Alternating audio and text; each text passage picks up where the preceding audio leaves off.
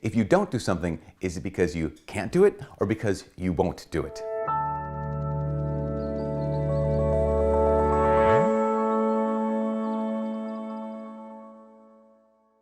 Hi, my name is Father Mike Schmitz, and this is Ascension Presents. So back in the day, when I was in college, I took a guitar class, how to play guitar class, not how to make guitars. I was taught by this guy who was a professional guitarist. He actually was a studio musician down in the Twin Cities, and he was awesome. He was incredible. But one of the things, I was in a class, it wasn't just a one-on-one lesson.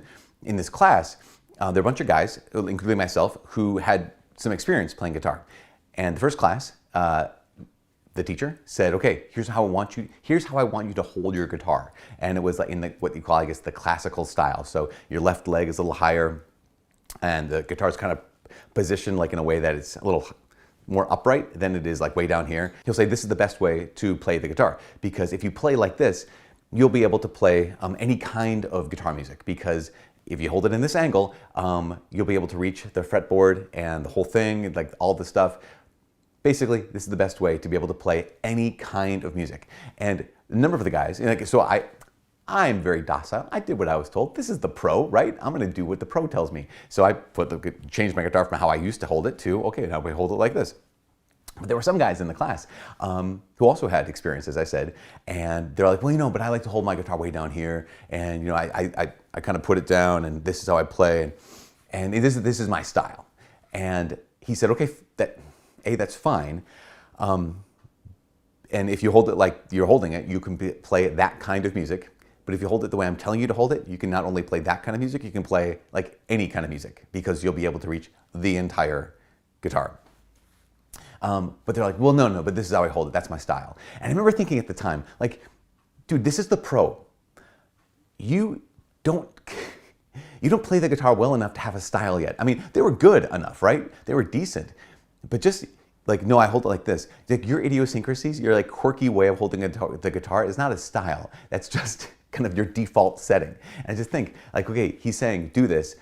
And if you don't do it, I don't do it because I can't do it. I can't hold my guitar, or because I won't do this. It's so interesting. I was reading Mark's gospel, well, actually any of the gospels. Those times when Jesus heals somebody and then he tells them explicitly, says, okay, don't go tell anybody else. Just keep this to yourself.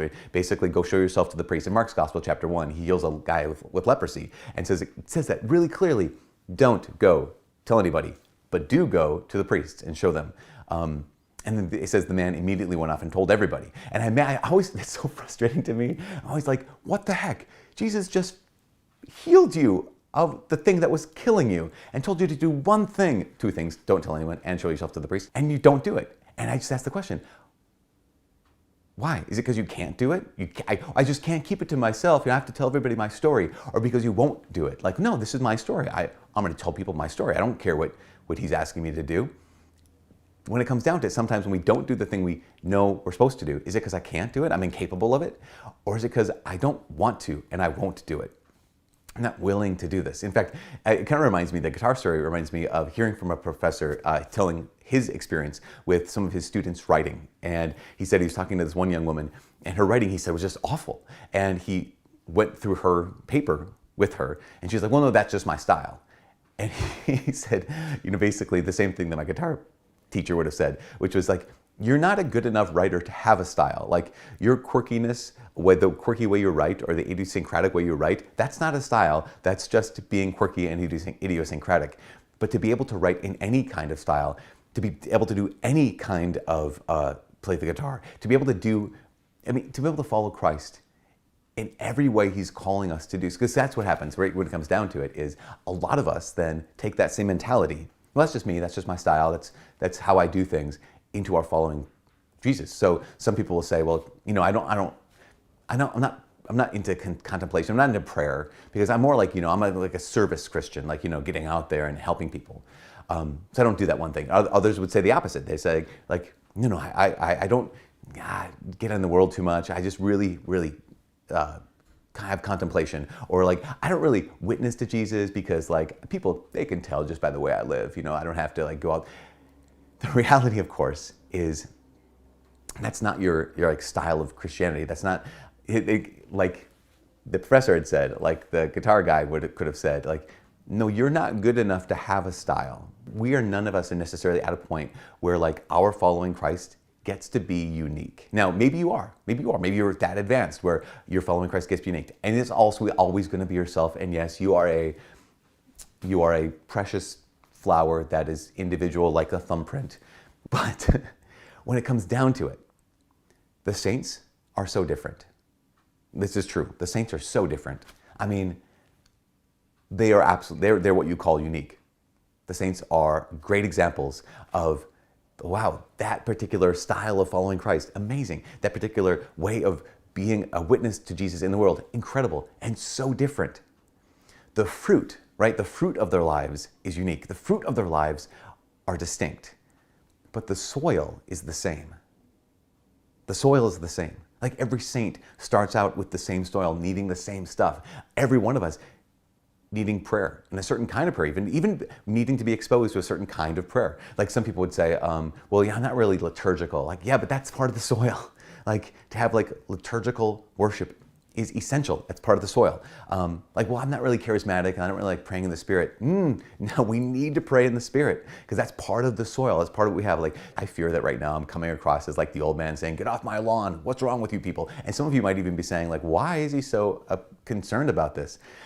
I think it's because I've talked to people who would say things like, well, I don't pray the rosary. Like, well, have you ever? Yeah, I tried. It's really boring. Like, oh, no. So then they go on to say like, yeah, so it's not part of my style of, Catholicism or whatever. Like, oh, this is the soil. This is like basic. And we have to actually master the basics before that fruit gets to be distinct. The fruit gets to be different. The fruit is the unique stuff of like, wow, that particular saint, she was called to do this. This other particular saint, he was called to do that.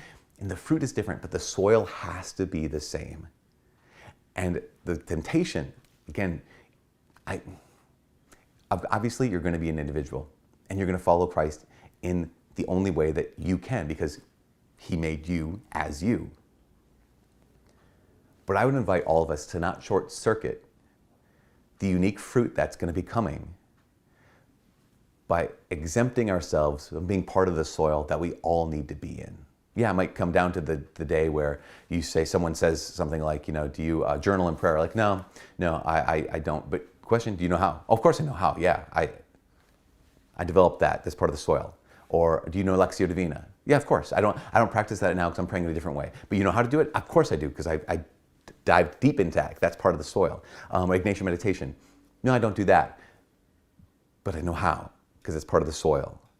That there's something about not making ourselves the exception of like, I have to force this individuality, and because the danger is take pride in the idea that my idiosyncrasies and my quirky way of following Jesus is actually a particular style. That my quirks aren't really my fruits.